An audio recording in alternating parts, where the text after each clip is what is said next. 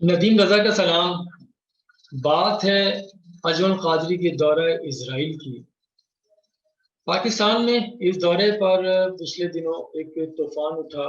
میں نے بھی اس پہ بات چیت کی، اپنے ویلاگ بنایا اور جو کچھ تھی انفارمیشن بھی شیئر کی، لیکن ابھی مزید اس کی معلومات میں نے حاصل کی ہیں کہ یہ اس دورے کے پیچھے فائنینس اسے کس نے کیا اور کس نے مجبور کیا کہ یہ وزٹ اسرائیل کا کیا جائے، اور کون کون لوگ ملوث تھے، اور ماضی میں کتنے دورے ہو چکے ہیں، اور اس میں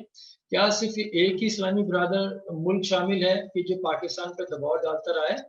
یا ایک اور بھی ہے ملک جو بہت ہی متحرک ہے یورپ میں، یورپ کی مارکیٹس میں اور تعلقات میں، تو وہ بھی اس طرح سے رہے ہیں۔ اچھا، اس میں بھی نواز شریف کا بھی نام آتا رہا ہے۔ بالکل، نواز شریف وہ اپنے ہر ادوار میں متحرک رہے، کیونکہ ایک تاجر ہیں، انہیں معلوم ہے کہ کاروبار کیسے کرنا ہے اور تعلقات کس طرح سے استوار کرنے ہیں۔ تو اس میں نے آج یہی بات کرنی ہے کہ انہیں کس نے مجبور کیا اور کس حد تک دباؤ ڈالا گیا تھا پاکستان کے اوپر، اور صرف دباؤ ہی نہیں کہ یعنی کہ اپنی بھی خواہشات تھیں کہ اس سے تجارت کو فروغ ملے گا۔ اور اس میں بات آپ کو یاد دلاتا ہوں 2003 کی بھی، پچھلے اس میں جب کیونکہ نواز شریف صاحب کے جو کاروباری تعلقات ہیں وہ ذاتی نوعیت کے یہ تعلقات استوار کیا کرتے ہیں، جیسے سعودی عرب میں ترکی کے ساتھ بات آتی رہی ہے ہمارے سامنے، اور انڈیا کی بھی۔ تو اس شریف فیملی کے یہ یعنی کہ تجارتی تعلقات ہیں، سیاسی سے ایک طرف ہیں یا حکومت کے سربراہ یا وزیر اعلیٰ کی حیثیت سے جو انہوں نے ملاقاتیں کی ہیں، اس میں اپنے ذاتی یعنی کہ کاروبار کو فوقیت دی ہے، کاروبار پھیلانے ہی پر بات چیت کی ہے۔ تو یہی وجہ ہے کہ بارہا وہ جو دوست ممالک ہیں وہ ان کے لیے آگے بڑھتے ہیں، ان کے صرف پیسے دیتے ہیں، انہیں پل آؤٹ بھی کرتے ہیں۔ یہ ان کی کرپشن کے اوپر بھی جب پاکستان کی حکومت یہ کارروائیاں کرتی ہے تو انہیں یہاں سے نکال لیا جاتا ہے۔ تو جدہ میں جیسا انہوں نے اپنے پلانٹ لگائے تھے، وہاں سے جو مشینری، یہ تو اخباروں میں بات آ چکی تھی ماضی میں کہ مشینری جو اسرائیل سے منگائی گئی تھی وہ پھر سعودی عرب حکومت نے اسے پکڑ لیا تھا، تو اس میں بھی پیپرز میں ہیر پھیر کر کے انہوں نے اس طرح سے وہ بات چیت کی تھی۔ اچھا، اسی طرح سے سعودی عرب کا نام ابھی حال ہی میں جو خطے کی صورتحال تبدیل ہو رہی ہے، جو عرب ممالک ہے، جو اگست سے جو بات چیت چلنی شروع ہوئی ہے کہ اسرائیل کے ساتھ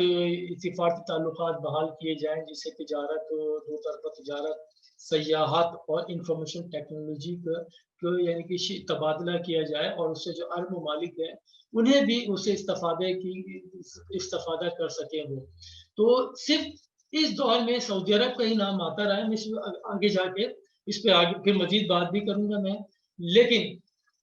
ایک اور جانب آپ کو لے کے جاؤں گا جس کا 1949 سے اسرائیل کے ساتھ تعلقات ہیں۔ وہ پہلا ملک تھا جس نے اسرائیل کو تسلیم کیا تھا۔ تو اس وقت سے ترکی کے اسرائیل کے ساتھ تعلقات چلے آ رہے ہیں، اور ترکی کو اگر اس تعلق کو میں ملاؤں آپ کو، ترکی کا اور یہ شریف فیملی کا جس طرح سے گٹھ جوڑ ہے، ان کے تعلقات ہیں، ذاتی نوعیت کے تعلقات ان کے ہیں،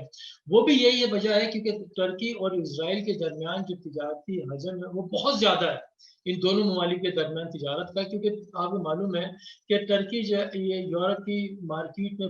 بہت تیزی سے پھیل چکا ہے، سارے ان کے لیدر اور دیگر جو کپڑا ہے سارا وہاں سے وہ جا رہا ہوتا ہے۔ ایک وقت تھا کہ پاکستان کی مارکیٹ تھی لیدر کی، پاکستان سے کپڑا جا رہا ہوتا تھا یورپ اور امریکہ اور تمام پوری دنیا بھر میں، لیکن بدقسمتی سے اسے بھی نظر لگ گئی۔ ابھی کیا کہیں کہ شریف فیملی اور ترکی کے تعلقات آپ ایک طرف دیکھیں، اور پھر انڈسٹری، لیدر انڈسٹری تو تباہ ہوئی ہے، اور پھر اسی لیدر کی جو انڈسٹری ہے ترکی کی وہ فلورش ہوئی ہے، وہ آگے بڑھی ہے، اور سارا مال وہ یورپ کی مارکیٹ میں وہ وہاں سے جا رہا ہوتا ہے۔